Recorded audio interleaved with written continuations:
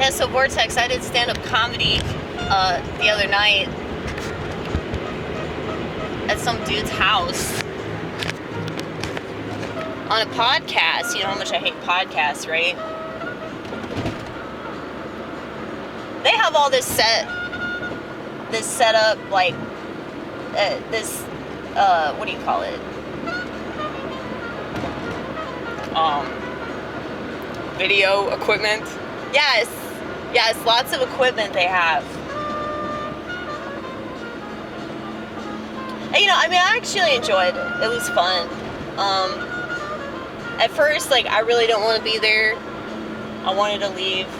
But I do this thing now where I force myself to attend events that I do not want to attend. Mainly because I know it would be better for me if I just have the experience. Because I can get something out of anything. It's just, initially, I don't want to. Initially, I would rather say no to that experience.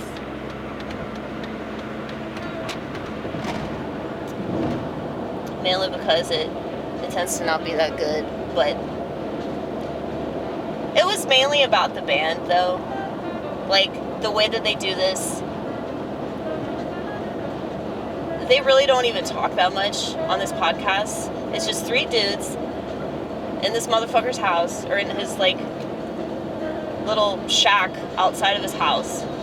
It looks like it's, part of a garage, but it's not. It's just this separate room outside. And, they have a band.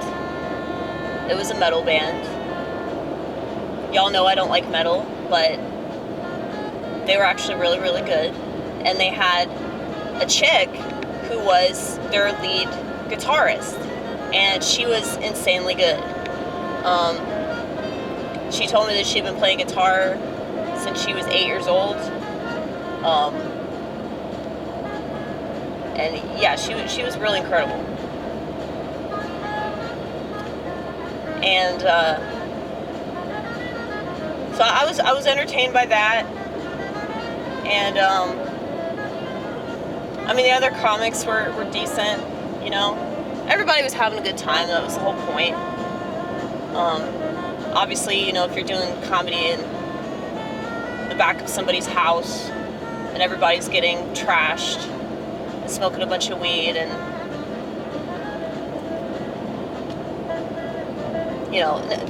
nobody really wants to make it. But see, I prefer it that way. I actually think that that's better. I feel like that's where the real comedy is. I know that sounds like a cope, but I don't think that the real comedy is at places like Zanies or the Laugh Stop or the Comedy Store or whatever the fuck. I just don't.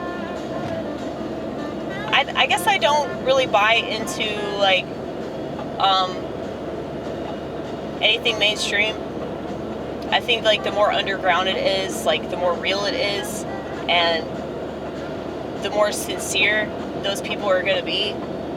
Doug Stanhope, he's a very, very sincere person. So he's definitely underground alt comedy or whatever.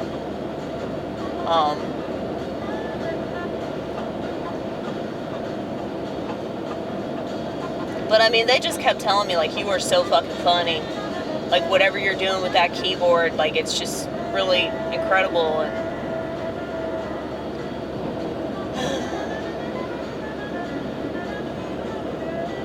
I hate compliments so much. I hate compliments. I really do.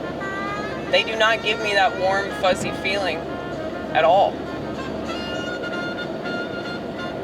Insults do that for me. Because an insult really lets me know that I'm doing it right. Because if I'm offending people, then yeah, that's a huge part of it. So, well, that makes sense. Especially for your line of comedy, if you have a particular brand of comedy that's just total disgust with this world and all the shitheads in it, then yeah, it's gonna be offensive to most people that watch it, honestly. those people that you're bitching about. Like this motherfucker that complained because you dumped on Joe Rogan. Fuck Joe Rogan. Fuck Joe Rogan and fuck anybody that watches Joe Rogan. I hate you. I hate you. I fucking hate you.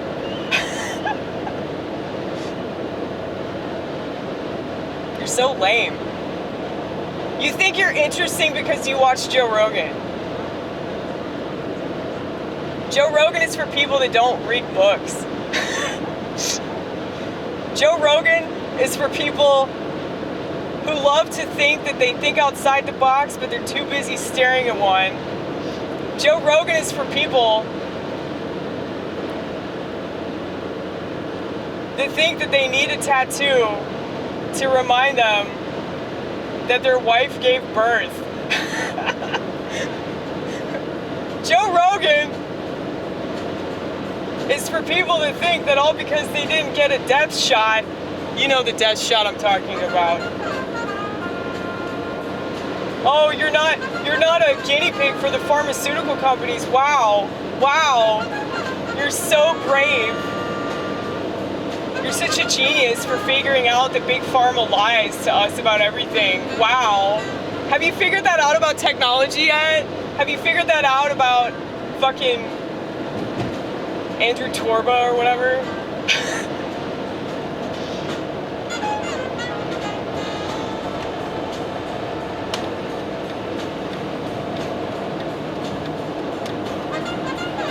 I'm sorry, but I love dumping on conservatives way more. Because liberals are so easy. It's like, there's no challenge like making fun of people that believe in like 5,000 genders. There's no challenge in that at all. But there is somewhat of a challenge making fun of people that I don't want to make fun of. Like, I feel like I'm supposed to be nicer to them, but I don't want to be nicer to them because these people think that they're smart, but they're not smart. You watch Joe Rogan and you think that you're interesting.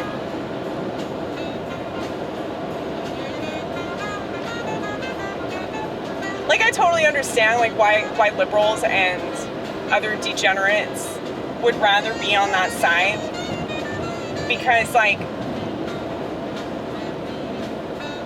they just see like Christianity and conservatism as a whole as being really, really boring. And I feel like, yeah, the types of people that watch Joe Rogan are like proof of that. You know, the fact that you think that, oh, you think outside the box because you watch this dude that's got a bunch of tattoos, and oh, he has all these people on his podcast that are questioning things, man. Wow. Here's the thing, I don't have a problem with what he does. That's not the issue. The issue is that it's really not that interesting. And yet people put so much weight on it. So either people love the fuck out of him or they hate the fuck out of him. And it's crazy because he's so boring. That would be so funny if somehow you got asked to be on that. After I've just like totally shot on him. Yeah, that would be cool if I could just like diarrhea doo-doo on people and then like get gigs that way. I don't think that's how it works. I'm pretty sure that's the exact opposite of how it works. But that's another thing, like I'm not gonna just kiss a bunch of ass and like get drunk with people and have sex with people and, you know, pretend that I'm everybody's friend in order to like get ahead. I just think that's so shitty, you know? But yeah, that is kind of like what you have to do.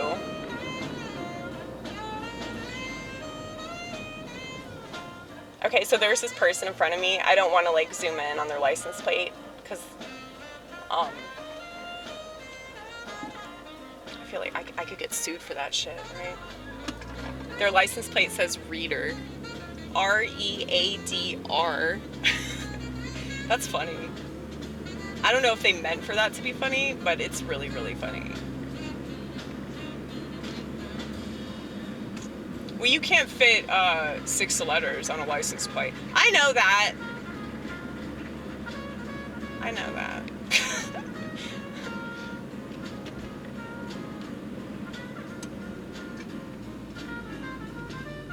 But this reader uses their turn signal. We appreciate you, reader. We appreciate. What do you read?